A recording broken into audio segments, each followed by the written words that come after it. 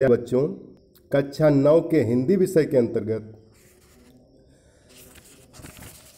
रविन्द्रनाथ टैगोर जी द्वारा रचित तोता नामक पाठ के शेष भाग का अध्ययन इस वीडियो में आप करेंगे। देखिए, राजा प्रसन्न होकर लौट पड़े।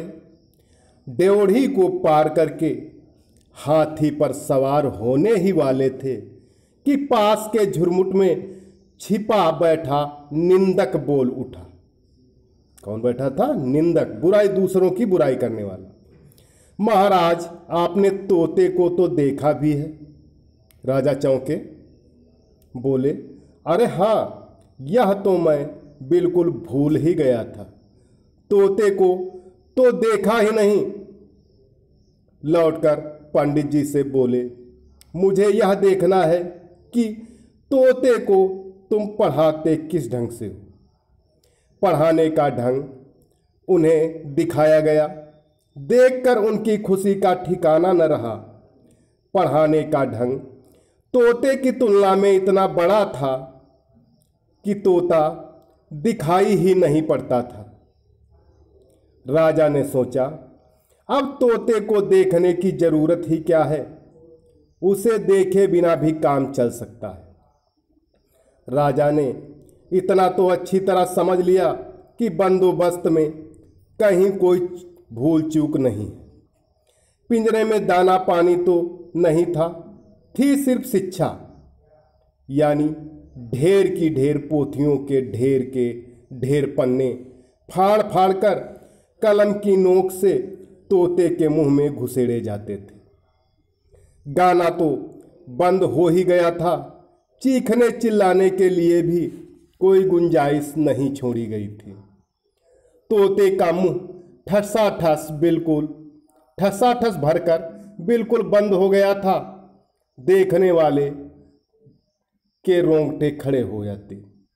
अब दोबारा जब राजा हाथी पर चढ़ने लगे तो उन्होंने कान उमेठू सरदार को ताकीद कर दी कि निंदक के कान अच्छी तरह उमेट देना।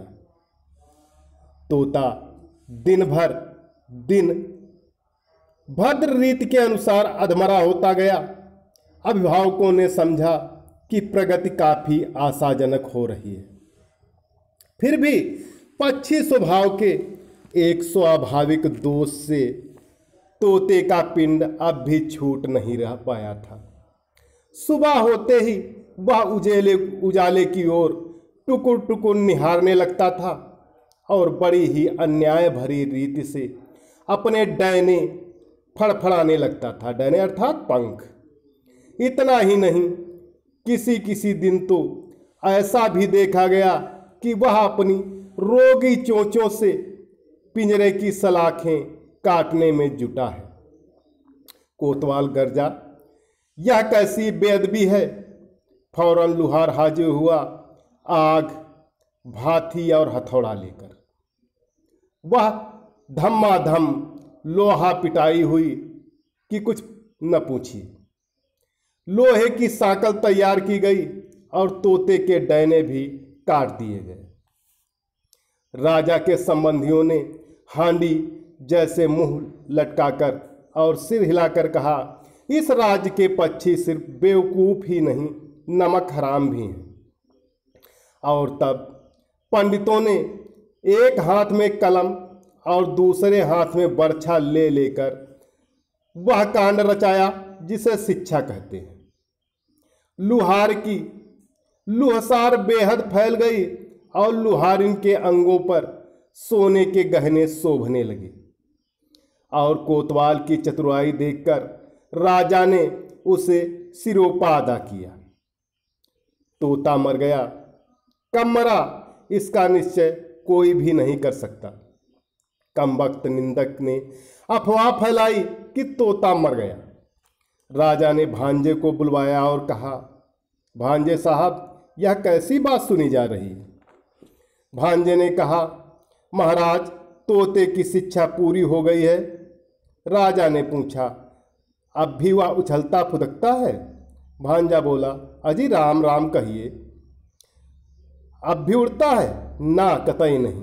अब भी गाता है? नहीं तो दाना न मिलने पर अब भी चिल्लाता है ना। राजा ने कहा, एक बार तोते को लाना तो सही, देखूंगा जरा। तोता लाया गया, साथ में कोतवाल आए, प्यादे आए, घुड़सवार आए। राजा ने तोते को चुटकी से दबाया। तोते ने न हाँ की न हूं की। हाँ, उसके पेट में पोथियों के सूखे पत्ते खड़खड़ाने जरूर लगे। बाहर नव बसंत की दक्षिणी बयार में नव पल्लवों ने अपने निश्वासों से मुकुलित वन के आकाश को आकुल कर दिया। तो प्यारे बच्चों, आज इस वीडियो में इतना ही। सभी विद्यार्थी इसी अध्याय का पहला पैराग्राफ, जो पैराग्राफ दिया है उसके नीचे क्वेश्चन दिए हुए, उन्हीं क्वेश्चनों के उत्तर लिखकर होमवर्क वाले ग्रुप पर अवश्य डालें।